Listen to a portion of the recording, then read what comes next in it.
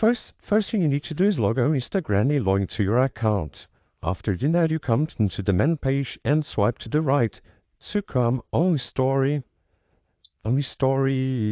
page. Then just click on any filter right here and swipe until you find browse effects on the last option.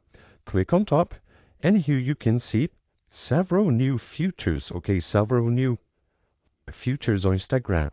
What I need to do is click on the to search effects, okay, and type for ultra wide camera. So type ultra wide camera and you will see several filters, several effects with this purpose, okay?